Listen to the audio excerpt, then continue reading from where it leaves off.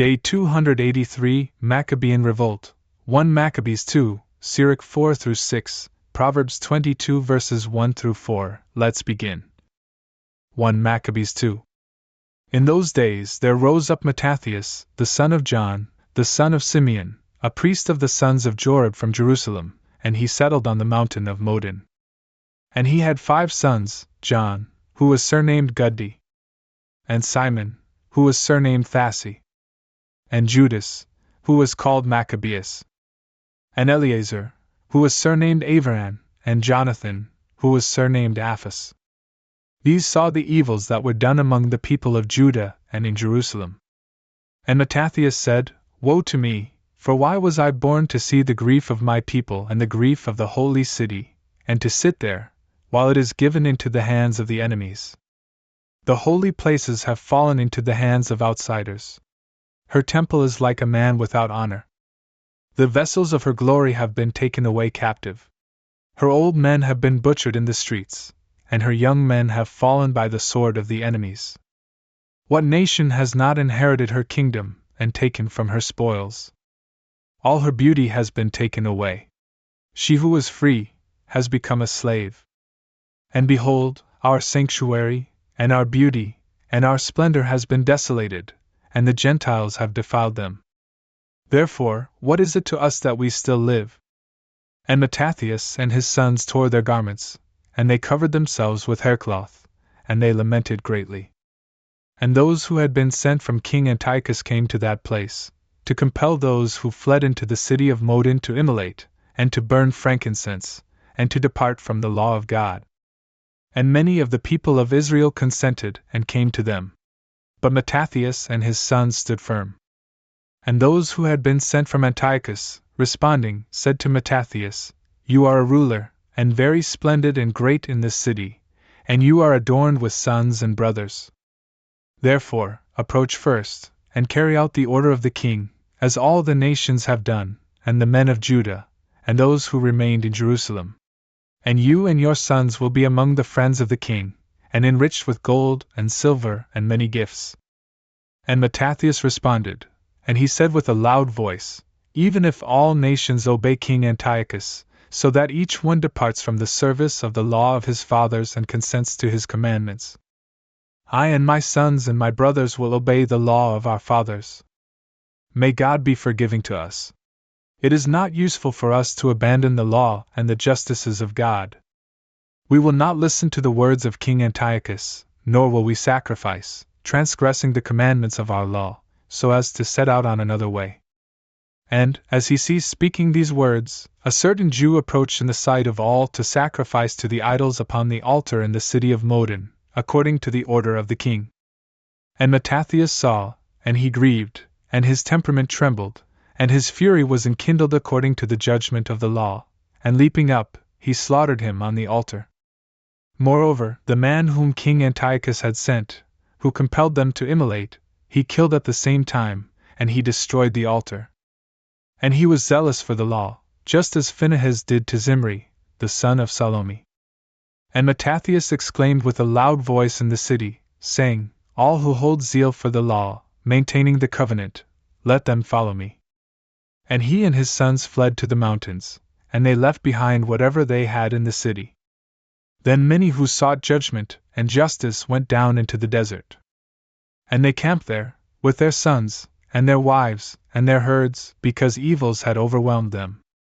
And it was reported to the king's men, and to the army that was in Jerusalem, in the city of David, that certain men, who had cast aside the commandment of the king, had departed into the hidden places in the desert, and that many had followed after them. And immediately they went out to them, and they arranged a battle against them, on the day of the Sabbath.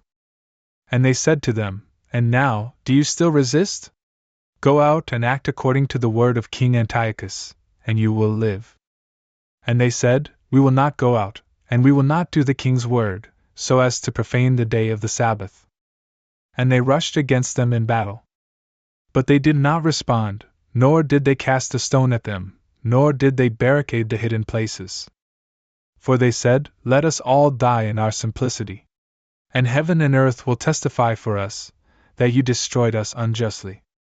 So they carried out a battle on the Sabbath. And they were put to death, with their wives, and their sons, and their cattle, even to the number of 1,000 souls of men. And Mattathias and his friends heard of it, and they held a very great lamentation for them. And every man said to his neighbor, If we all do just as our brothers have done, and if we do not fight against the Gentiles for the sake of our lives and our justifications, then they will quickly eradicate us from the earth. And they decided, on that day, saying, Every man who will come against us in warfare on the day of the Sabbath, we will fight against him. And we will not all die, like our brothers who were put to death in the hidden places. Then there was assembled before them the synagogue of the Hazadeans, strong men from Israel, each one with a will for the law. And all those who fled from the evils added themselves to them, and they became a firmament to them. And they gathered together an army, and they struck down the sinners in their wrath, and the wicked men in their indignation. And the others fled to the nations, so as to escape. And Mattathias and his friends traveled around, and they destroyed the altars. And they circumcised all the uncircumcised boys, whom they found within the limits of Israel, and they acted with fortitude. And they pursued the sons of arrogance, and the work was prosperous in their hands. And they obtained the law from the hands of the Gentiles, and from the hands of the kings. And they did not surrender the horn to the sinner. Then the days drew near when Mattathias would die, and he said to his sons, Now arrogance and chastisement have been strengthened, and it is a time of overturning and of the wrath of indignation. Now therefore, O sons, be imitators of the law, and give your lives for the sake of the covenant of your fathers. And call to mind the works of the fathers, which they have done in their generations. And you will receive great glory and an eternal name. Was not Abraham found to be faithful in temptation, and so it was accounted to him as justice? Joseph, in the time of his anguish, kept the commandment, and he was made ruler of Egypt. Phinehas our father, being zealous in the zeal of God, received the covenant of an eternal priesthood. Jesus, since he fulfilled the word, was made a commander in Israel. Caleb, since he testified in the assembly, received an inheritance. David, in his mercy, obtained the throne of a kingdom for all generations. Elijah, since he was zealous with a zeal for the law, was received into heaven. Hananiah and Azariah and Mishael, by believing, were delivered from the flame. Daniel, in his simplicity, was delivered from the mouth of the lions. And so, consider that, through generation after generation of all those who trusted in him, none have failed in strength. And fear not the words of a sinful man, for his glory is dung and worms. Today he is extolled, and tomorrow he will not be found, because he has returned into his earth, and his thinking has perished. Therefore, you sons, be strengthened and act manfully in the law. For by it, you shall become glorious. And behold, I know that your brother Simon is a man of counsel. Heed him always, and he will be a father to you. And Judas Maccabeus, who has been strong and resourceful from his youth, let him be the leader of your militia, and he will manage the war of the people. And you shall add to yourselves all who observe the law, and you shall claim the vindication of your people. Render to the Gentiles their retribution, and pay attention to the precepts of the law. And he blessed them, and he was added to his fathers. And he passed away in the 146th year, and he was buried by his sons in the sepulchres of his fathers, in Modin, and all Israel mourned for him with a great mourning. Sirach 4-6. Son, you should not cheat the poor out of alms, nor should you avert your eyes from a poor man. You should not despise the hungry soul, and you should not aggravate a poor man in his need. You should not afflict the heart of the needy, and you should not delay an offer to someone in anguish. You should not make requests of one who is greatly troubled, and you should not avert your face from the indigent. You should not avert your eyes from the needy out of anger. And you should not abandon those who seek help from you, so that they speak curses behind your back. For the pleadings of him who speaks curses of you, in the bitterness of his soul, will be heeded. For the one who made him will heed him. Make yourself a friend to the congregation of the poor, and humble your soul before an elder, and humble your head before the great. Turn your ear without sadness toward the poor, and repay your debt, and respond to him peacefully in meekness. Free him who suffers injury at the hand of the arrogant, and do not carry animosity in your soul. In judging, be merciful to the orphan, like a father, and be merciful to their mother, like a husband. And then you shall be like an obedient son of the Most High, and he will take pity on you more than a mother would. Wisdom breathes life into her sons, and she lifts up those who are seeking her, and she will precede them in the way of justice. And he who loves her loves life, and those who watch for her shall embrace her delights. Those who hold to her will inherit life, and whatever place she enters, God will bless. Those who serve her will yield to what is holy, and God loves those who love wisdom. He who listens to her shall judge the nations, and he who gazes upon her will remain secure. If he believes in her, he will inherit her, and whatever arises from him will be confirmed. For she walks with him through temptation, and she chooses him from the beginning. She will lead fear and dread and trials over him, and she will crucify him with the tribulation of her doctrine, until she has tested him in his thoughts, and she can trust in his soul. And then she will strengthen him, and lead him along a straight path, and rejoice in him. And she will disclose her secrets to him, and she will store up treasure, of the knowledge and understanding of justice, in him. But if he has wandered astray, she will leave him behind, and she will deliver him into the hands of his enemy. Son, be continually observant, and keep away from evil. For the sake of your soul, you should not be ashamed to speak the truth. For there is a shame that brings sin, and there is a shame that brings glory and grace. You should not accept a face contrary to your own face, nor should you accept a lie contrary to your own soul. You should not enjoy the fall of your neighbor. Neither should you withhold words at an opportunity for salvation. You should not conceal your wisdom in her beauty. For wisdom is discerned within speech, and understanding and knowledge and doctrine are discerned in the words of those who understand and by their steadfastness in the works of justice. You should not contradict a word of truth in any way. Otherwise, by a falsehood born of ignorance, you will be confounded. You should not be ashamed to confess your sins, but do not subject yourself to any man because of sin. Do not choose to stand against the face of the powerful, for you should not strive against the current of the river. Suffer for justice, on behalf of your soul, and struggle, even unto death, on behalf of justice, and God will fight against your enemies on your behalf. Do not choose to be quick with your words, nor unproductive or neglectful in your works. Do not choose to be like a lion in your house, distressing those of your household, and oppressing those who are subject to you. Do not let your hand be open when receiving, but closed when giving. Do not choose to seek iniquitous possessions, and you should not say, I have all I need in life. For it will be of no benefit to you in the time of retribution and darkness. You should not pursue, in your strength, the desires of your heart. And you should not say, How powerful am I? Or, Who will cast me down because of my deeds? For God will vindicate with vengeance. You should not say, I sinned, and what grief has befallen me? For the Most High is a patient recompenser. Do not be willing to be without fear concerning a forgiven sin, and you should not add sin upon sin. And you should not say, The compassion of the Lord is great, he will take pity on the multitude of my sins. For both mercy and wrath go forth quickly from him, and his wrath sets its gaze upon sinners. You should not delay being converted to the Lord, and you should not set it aside from day to day. For his wrath will approach suddenly, and in the time of vindication, he will destroy you. Do not choose to be anxious for unjust wealth. For these things will not benefit you in the day of darkness and retribution. You should not winnow in every wind, and you should not go forth into every path. For so is every sinner proven by his duplicitous tongue. Be steadfast in the way of the Lord and in the truth of your understanding and knowledge, and let words of peace and justice overtake you. Be meek when listening to a word, so that you may understand, and offer a true response in wisdom.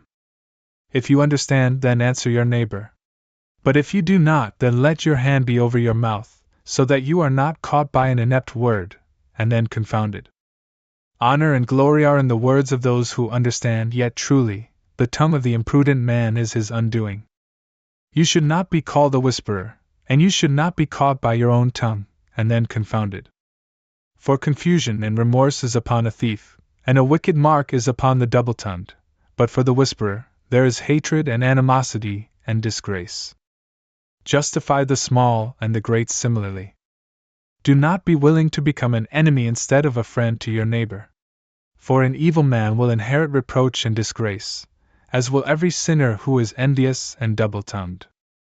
You should not extol yourself, like a bull, in the thoughts of your soul, lest perhaps your strength may be cast down through foolishness, which would consume your leaves, and destroy your fruit, and leave you behind like a dry tree in the desert. For a wicked soul will destroy the one who has it. For it gladly provides enemies to him, and it will lead him to the fate of the impious. A sweet word multiplies friends and mitigates enemies. And thankful words abound in a good man. Allow many to be at peace with you, but allow 1 out of 1,000 to be your counselor. If you would obtain a friend, test him before you accept him, and do not trust him readily. For there is a friend according to his own time, but he will not remain in the day of tribulation. And there is a friend who can be turned to animosity. And there is a friend who will reveal hatred and ridicule and insults. And there is a friend who is a companion at table, but he will not remain in a day of need. A friend, if he remains steadfast, will be to you as you are to yourself, and he will act with faithfulness among those of your household. If he humbles himself before you and hides himself from your face, you shall have a noble and harmonious friendship. Distance yourself from your enemies, and pay attention to your friends. A faithful friend is a strong shelter, and whoever has found one has found a treasure. Nothing is comparable to a faithful friend, and no weight of silver or gold is worth more than the goodness of his fidelity.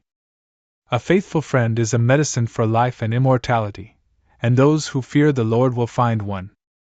He who fears God will have a similar good friendship, because his friend will be like him. Son, from your youth receive instruction, and then you will find wisdom, even to your gray hairs. Approach wisdom like one who plows and sows, and then wait for her good fruits.